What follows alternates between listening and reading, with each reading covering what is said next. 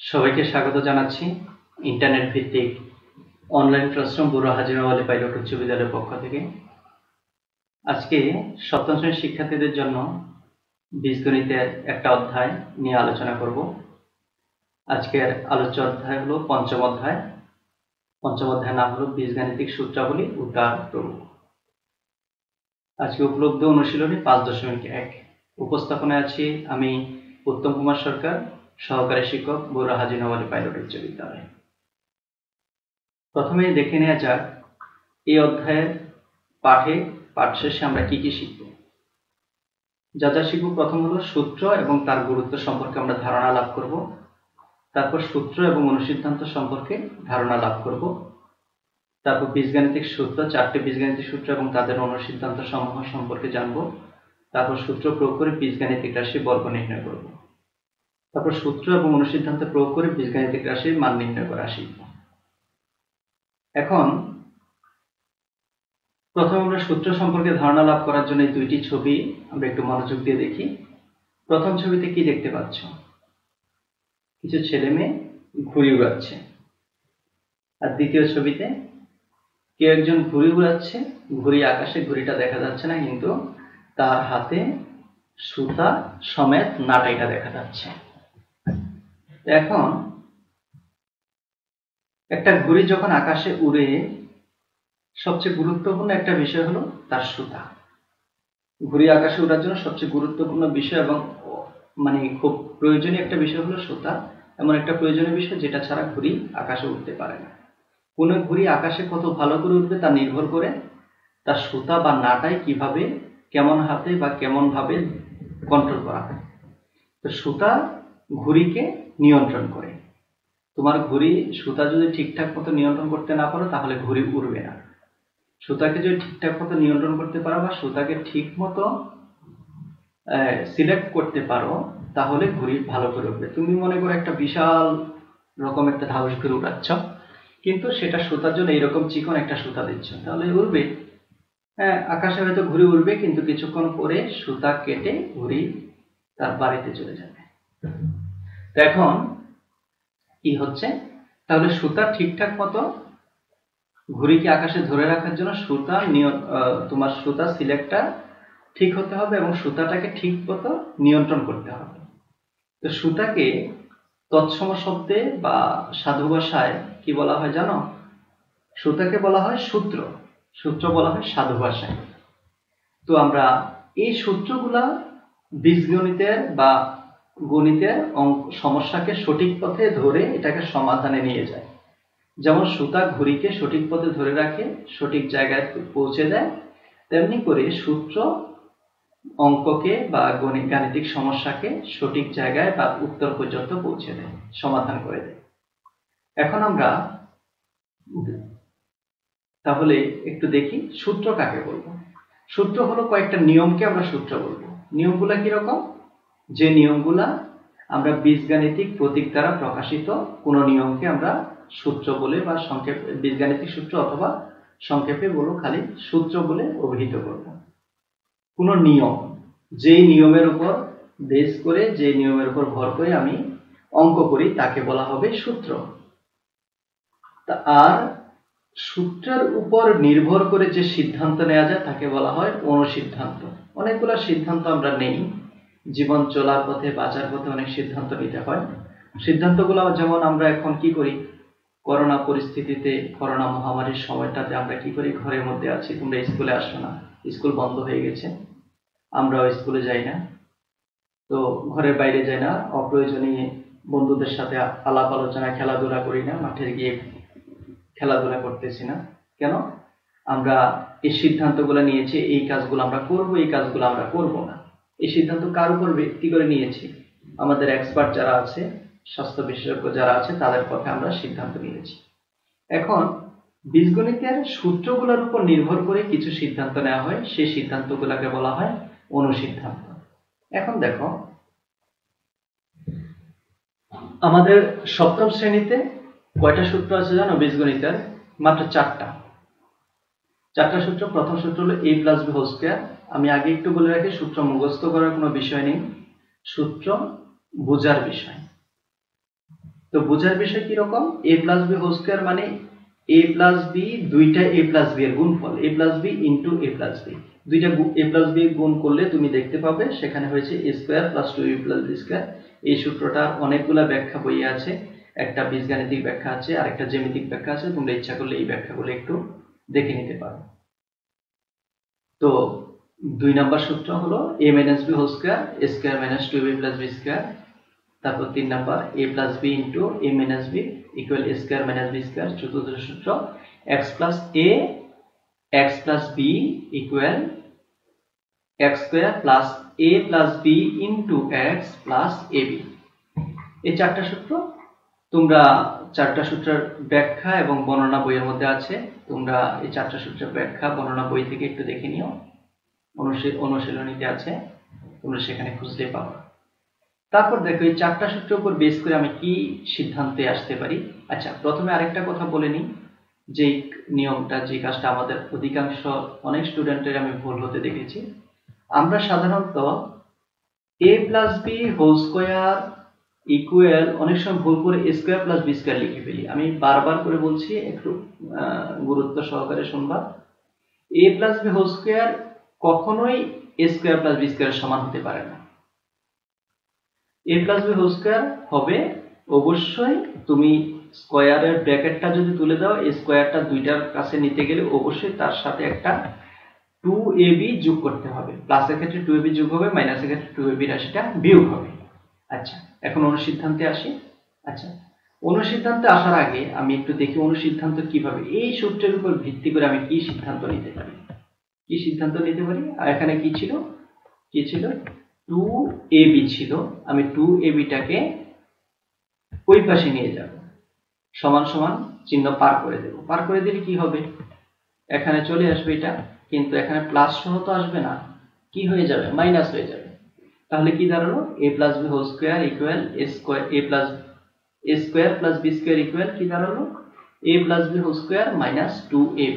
দেখো a plus a square plus b square equal a plus b whole square minus 2ab। এরকম ভাবে আমরা দ্বিতীয় সূত্র থেকেও একটা অনুসিদ্ধান্তে আসতে পারি। তৃতীয় সূত্র, সবগুলা সূত্র থেকে আমরা বিভিন্ন অনুসিদ্ধান্তে যেতে পারি। এই অনুসিদ্ধান্তগুলা গিয়ে একটা সূত্র থেকে দেখা যায় একাধিক অনুসিদ্ধান্তে আসা যায়। সেই রকম ভাবে 6টা অনুসিদ্ধান্ত এখানে হয়েছে, তোমরা ইচ্ছা করলে এখানে লিখতে পারো, অথবা ঠিক এই ক্রমে বইয়ের মধ্যে অনুসিদ্ধান্তগুলো পাবা। আমি এখানে বইয়ের ক্রমটা ব্যবহার করেছি। প্রথম সূত্র হলো a স্কয়ার প্লাস b, অনুসিদ্ধান্ত হলো a square plus b square equal a plus b whole square minus 2ab। দ্বিতীয়টাও a square plus b square a minus b whole square plus 2ab। দেখো a স্কয়ার প্লাস b স্কয়ারের দুইটা অনুসিদ্ধান্ত আছে। 3 number হলো a plus b whole square equal a minus b whole square plus 4ab, a minus b whole square equal a plus b whole square minus 4ab। এখানে দেখো শুধু plus 4ab টিকে minus করে এই পাশে নিয়ে আসলে 3 নাম্বার থেকে 4 নাম্বার পাওয়া যায়। তারপর 5 নাম্বার হলো a plus b whole square plus a minus b whole square equal 2 into a square plus b square. 6 number হলো a plus b whole square minus a minus b whole square equal 4ab। এই 2টা কখনো কখনো আমরা ব্যবহার করার সময় নিচে ভাগ করে নিয়ে আসি। 2টা এখানে কি সম্পর্কে আছে, গুণ সম্পর্কে। তোমরা জানো গুণ দিলেও চলে, যদি দুইটা রাশির মধ্যে কখনো ব্র্যাকেট থাকে তাহলে গুণ দেওয়া লাগে না, না দিলেও চলে। তো এই 2টা এখানে গুণ আকারে আছে, এখানে আসলে ভাগ আকারে আসবে, সেখানে a square plus b square আরেকটা অনুসিদ্ধান্ত পাওয়া যাবে। তাহলে বলতে a স্কয়ার প্লাস b স্কয়ারের মোট কয়টা অনুসিদ্ধান্ত পাওয়া গেল, এখানে একটা, দুইটা, এখানে একটা, তিনটা অনুসিদ্ধান্ত পাওয়া গেল। আমরা যখন যে অনুসিদ্ধান্তের প্রয়োজন সেই অনুসিদ্ধান্ত তখন ব্যবহার করব। তো প্রিয় শিক্ষার্থীরা, এখন আসি আমরা এই সূত্র অনুসিদ্ধান্তগুলোকে ব্যবহার করে আমরা কি কি সমস্যার সমাধান করতে পারি। আর সহজ একটা বিষয় আমি তোমাদেরকে যে বিষয়টা বারবার বলি, 4টা সূত্র আর 6টা অনুসিদ্ধান্ত আমাদের সপ্তম শ্রেণীর বীজগণিত করার জন্য যথেষ্ট। এই 4টা সূত্র 6টা অনুসিদ্ধান্ত আমরা খাতায় কয়েকবার করে যদি লিখি তাহলে এগুলো আমাদের মনে থাকবে। আর সূত্রগুলা লেখার সময় যদি আমরা একটু খেয়াল করি যে কিভাবে সূত্রগুলা হলো, সেটা বইয়ের মধ্যে 4টা সূত্রের বর্ণনা আছে এবং অনুসিদ্ধান্তগুলোর বর্ণনা আছে।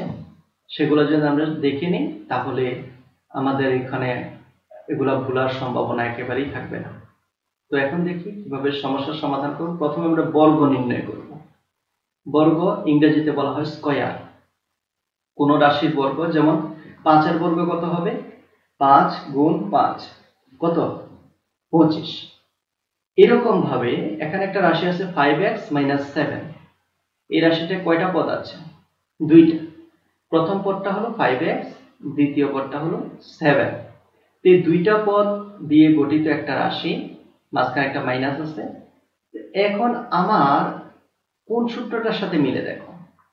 দুইটা পদ দিয়ে গঠিত একটা রাশি যার মাঝখানে মাইনাস আছে, তাহলে a - b হোল স্কয়ার। এই সূত্রের সাথে আমি এই সূত্র দিয়ে আমি অঙ্কটা করব। এখানে প্রয়োজনীয় সূত্র হলো a - b হোল স্কয়ার। সূত্রটা কি? a square minus 2ab plus b square. এখন দেখো সূত্রের জায়গায় a এর জায়গায় কি চলে এলো? 5x, আর b এর জায়গায় চলে এলো 7। কিন্তু মাইনাস ঠিক আছে, আবার স্কয়ারও ঠিক আছে যদি এটা বর্গ করতে যাই। তাহলে কি হলো? আমার সূত্র ঠিক আছে, কিন্তু সূত্রের বাদ বাকি কিছু ঠিক নেই। বাদ বাকি জিনিসগুলা চেঞ্জ হয়েছে। কোনো সমস্যা নেই। তোমার একটা ঘড়ি হারিয়ে গেছে, সেখানে আরেকটা ঘড়ি এনেছো, কিন্তু আগের নাটাই আগের সুতায়, আমি সেই ঘড়িটাকে উড়াতে পারবো। তাহলে আমরা কি করব? a - b হোল স্কয়ারের জায়গায় a এর জায়গায় 5x, b এর জায়গায় 7 বসিয়ে ঠিক আগের নিয়মে অঙ্কটা করে ফেলবো। আগে কি ছিল? a এর জায়গায় প্রথমে a এর স্কয়ার, তাহলে এখানে a এর স্কয়ার মানে 5x এর স্কয়ার। নিশ্চয় বুঝতে পেরেছ? a এর স্কয়ার মানে এখানে 5x এর স্কয়ার। তারপর এখানে মাইনাস, তাহলে মাইনাস দিলাম। তারপর 2 লিখলাম। তারপর a এর জায়গায় কত? 5x। তো 2 আর a এর মাঝখানে একটা ইনটু চিহ্ন এখানে অবশ্যই দিতে হবে, কারণ যদি না দিই তাহলে এটা 25 বোঝাবে। তারপর 5x এর পরে b, তারপর আবার ইনটু দিলাম। তারপর b এর জায়গায় কত? 7। তারপর হলো প্লাস দিলাম। তারপর 7 এর বর্গ 7 স্কয়ার। তোমরা নিশ্চয় বুঝতে পেরেছ? এখানে তারপরের লাইন দেখো, 5 এর বর্গ হলো 25, x এর বর্গ হলো x স্কয়ার। তারপর 2 আর 5 এ গুণ করলে 5 দুগুণে 10, 10 এ আর 7 এ গুণ করলে 7 10 70। আমি 70 টা আগে লিখলাম। তারপর x, এবার আর তুমি ইনটু না দিলেও কোনো সমস্যা নাই। তারপর 7 এ 7 এ গুণ করলে 49, 49। তাহলে উত্তরটা কি দাঁড়ালো? 25x square minus 70x plus 49। তাহলে এভাবে আমরা অনুরূপ সমস্যা দেখো, 3a plus 5b x minus 4y pq minus 3r, এইরকম নিজেরাও তোমরা রাশি তৈরি করে এগুলার বর্গ করতে পারবা। অন্তত 5-7টা বর্গ যদি তোমরা করো তাহলে তোমাদের এই বর্গ করার নিয়মটা তোমাদের বোধগম্য হয়ে যাবে। আর অনেক সময় আমরা অঙ্ক বুঝি কিন্তু করতে চাই না। অঙ্ক বোঝার পরে যদি না করা হয় তাহলে অনেক বেশি ভুল হয়, ভুল ঠিক হয় না। তোমরা বেশি বেশি করে অঙ্ক করবে, তাহলে ভুলের সংখ্যা কমবে। তারপর দেখো 5.1 এর 1 থেকে 9 পর্যন্ত অঙ্ক এই নিয়মে করতে পারবে। এবার দেখো আমরা পরের সমস্যায় যাই। পরের সমস্যাতে বর্গ নির্ণয়েরই সমস্যা, কিন্তু এখানে রাশি হলো 3টা। আগে ছিল 2টা, এখন হলো 3টা। এখানে 3টা রাশি, আগে ছিল একটা রাশিতে পদ 2টা, এখন একটা রাশিতে পদ 3টা। প্রথম পদ হলো 2a, দ্বিতীয় পদ হলো 5b স্কয়ার, আর তৃতীয় পদ হলো c মাইনাস c। এখন দেখো দুই পদের সূত্র আমাদের কাছে আছে। a প্লাস b এর সূত্র আছে, a মাইনাস b এর সূত্র আছে। দুই পদের সূত্র কি হলো? দুই পদের সূত্র আমাদের কাছে আছে, কিন্তু তিন পদের সূত্র নাই। তো তিন পদের সূত্র আমাদের প্রয়োজনও পড়ে না, আমরা ইচ্ছা করলে বানিয়ে নিতে পারি, কিন্তু এখানে প্রয়োজন পড়বে না। আমরা দুই পদের সূত্র দিয়ে এটাকে করে ফেলবো। তো প্রয়োজনীয় সূত্র হলো a স্কয়ার। এখানে দেখো প্রয়োজনীয় সূত্র কি? a square plus 2ab plus b square, আর হলো square minus 2ab plus b square. তাহলে এই সূত্রগুলো ব্যবহার করে আমরা এই সূত্র কোনটা? প্রথম দুইটা সূত্র, এই সূত্রগুলো ব্যবহার করে সমস্যার সমাধান করে ফেলবো। এখন দেখো, প্রথমে আমরা 3 পদটাকে 2 পদ করে নিই। 3টা পদকে আমরা 2টা পদ করে নেব। প্রথম পদটা হলো 2a, 2aটাকে ঠিক রাখলাম, 2aটাকে ঠিক রাখলাম, প্লাস চিহ্নটা পর্যন্ত ঠিক রাখলাম। তারপর দেখো 5b স্কয়ার মাইনাস c, এটাকে আমরা একটা ব্র্যাকেটে নিয়ে আসলাম। তার মানে এই দুইটাকে একটা ব্র্যাকেটে আবদ্ধ করলাম, আর কি করলাম, 2aটাকে যেভাবে আছে সেভাবেই রাখলাম, মাঝখানে প্লাস চিহ্ন। তার মানে আমার a প্লাস b হোল স্কয়ারের সূত্র, a plus b whole square সূত্র কি, a square plus ab plus b square.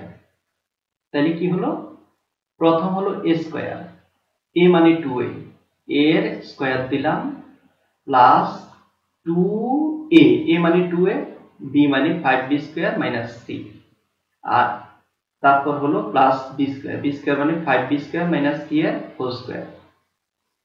এখন দেখো 2a স্কয়ার মানে 2 দুগুণে 4 a স্কয়ার, তারপর 2 দুগুণে 4 a, আর 5b স্কয়ার মাইনাস c ব্র্যাকেটে যা আছে তা যেভাবে এটা সেভাবেই রাখলাম, প্লাস এবার দেখো আবার এটা হলো a মানে 5b স্কয়ার মানে a, আর c মানে হলো b।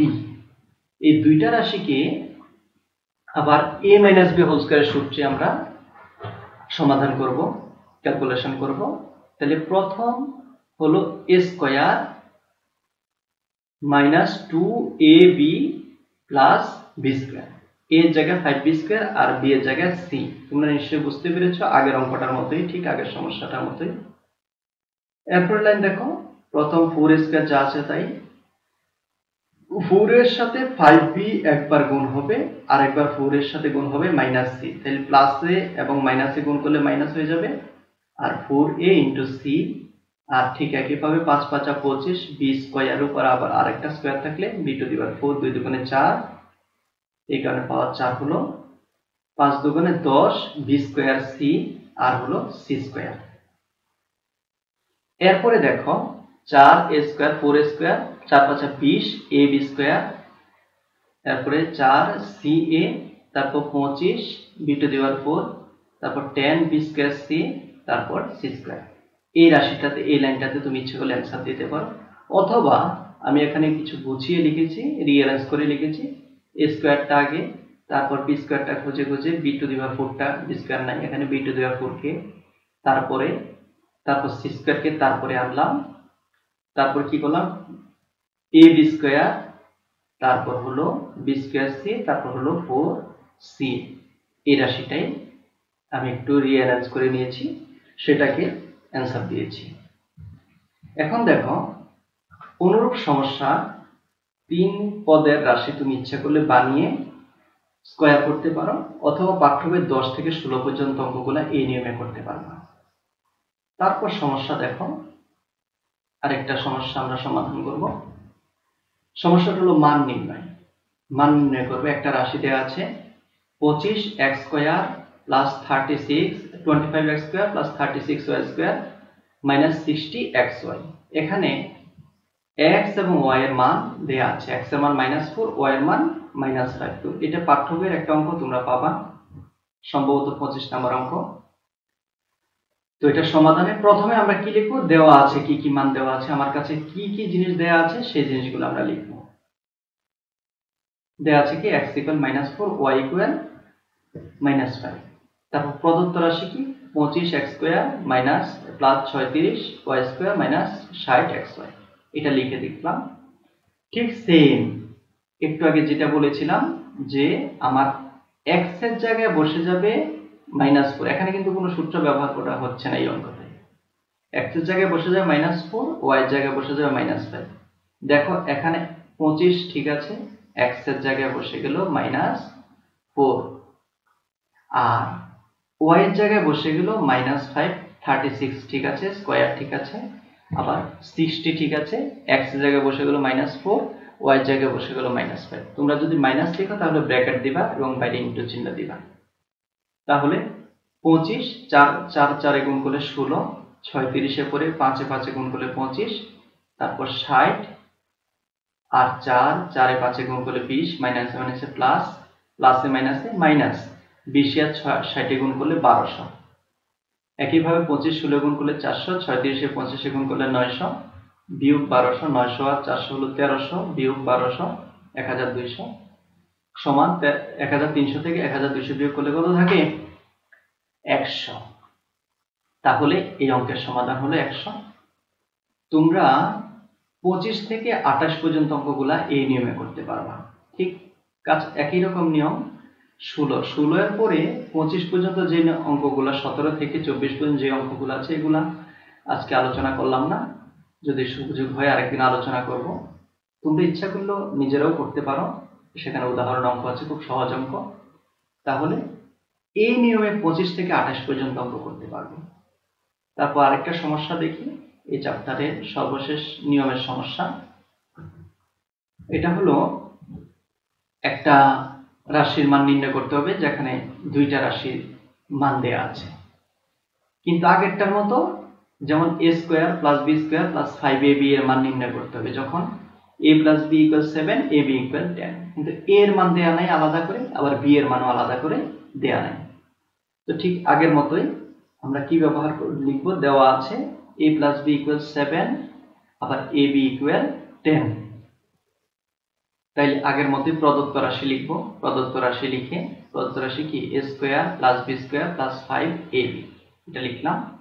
এখন দেখো সরাসরি আমি কোনো মান বসাতে পারছি না, তাহলে কি করব, আমরা a square plus b square অনুসিদ্ধান্ত খুঁজব বা সূত্র খুঁজব। a স্কয়ার প্লাস b স্কয়ারের কোনো সূত্র নেই, তাহলে অনুসিদ্ধান্ত খুঁজব। অনুসিদ্ধান্ত খুঁজতে গেলে a স্কয়ার প্লাস b স্কয়ারের তিনটা অনুসিদ্ধান্ত আছে, আগেই বলেছিলাম a স্কয়ার প্লাস b স্কয়ারের তিনটা অনুসিদ্ধান্ত আছে। এটা হলো একটা, আর এটা হলো একটা, আর আরেকটা হলো এখানে 2টাকে এই পাশে এনে আরেকটা অনুসিদ্ধান্ত করা যায়। এখানে দেখো আমার সমস্যাটাতে কি আছে, সমস্যাটাতে এই কি দেয়া আছে, a প্লাস b এর মান দেয়া আছে আর ab এর মান দেয়া আছে। তাহলে ওইখান থেকে আমরা একটা অনুসিদ্ধান্ত পিক আপ করতে হবে যেটাতে a প্লাস b এবং ab আছে। তাহলে কোনটাতে আছে দেখো, এটাতে a প্লাস b আছে এবং ab আছে, এটাতে কিন্তু a প্লাস b নাই, তাহলে এটা নেওয়া যাবে না। তাহলে প্রথম অনুসিদ্ধান্ত দিয়ে আমরা কাজ করব। তাহলে সমস্যাতে আসি, আমরা প্রয়োজনীয় অনুসিদ্ধান্তের প্রথম অনুসিদ্ধান্তটা একটু লিখে দিলাম এখানে, a square plus b square equal a plus b whole square minus 2ab। তোমরা এখানে এটা লেখার দরকার, শুধু অতটুকুই অঙ্ক, অতটুকু করলেই চলবে, আর এটা তোমাদের বোঝার জন্য লিখলাম। তো এখানে a square plus b square জায়গায় কি লিখতে পারি, a plus b whole square minus 2ab, আর প্লাস 5ab বাই ডিফল্ট এখানে যা আছে তাই রয়ে গেল।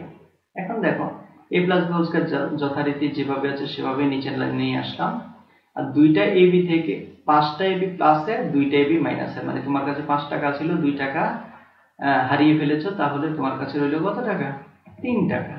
তাহলে 5ab থেকে 2ab বাদ দিলে প্লাসে 3ab। এখন a প্লাস b এর মান কত, a প্লাস b এর মান কত বলো, 7, তাহলে 7 এর উপরে স্কয়ার, তারপর 3 ইনটু ab এর মান কত, 10 মানে 10, তাহলে 7 7 49, 3 10 30, তো 49 আর 30 মিলে কত হয় 9, 4 3 7, 79, 79, 79 হলো এই অঙ্কের উত্তর। এখন একটা কাজ করব আমরা, এই নিয়মে পাঠ্য বইয়ের প্রায় অনুরূপ সমস্যা, ঠিক অ্যাকুরেট এই সমস্যাটা না, অ্যাকুরেট এই সমস্যা না, কিন্তু প্রায় কাছাকাছি রকমের সমস্যা, অনুসিদ্ধান্ত, ওই অনুসিদ্ধান্তগুলো ব্যবহার করে তোমরা এই সমস্যাগুলো সমাধান করতে পারবে। এখানে 6টা অনুসিদ্ধান্ত আছে, তো সেখান থেকে তোমরা অঙ্ক করতে পারবে 29 থেকে 34 পর্যন্ত। তো আজ এ পর্যন্তই। তোমরা আশা করি এখানে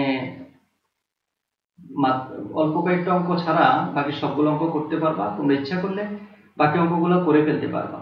তাহলে প্রথম সমস্যা অনুরূপ অঙ্ক হলো 1 থেকে 9, দ্বিতীয় সমস্যা হলো 10 থেকে 16, তারপর তৃতীয় সমস্যা হলো 25 থেকে 28, চতুর্থ সমস্যা হলো 29 থেকে 34, মানে মাঝখান থেকে 17 থেকে 24 এই কয়েকটা অঙ্ক আরেকটা নিয়মে, এই অঙ্কের নিয়মটা শুধু সূত্র দিয়ে করতে পারবা, সরাসরি সূত্র বসিয়ে করতে পারবা।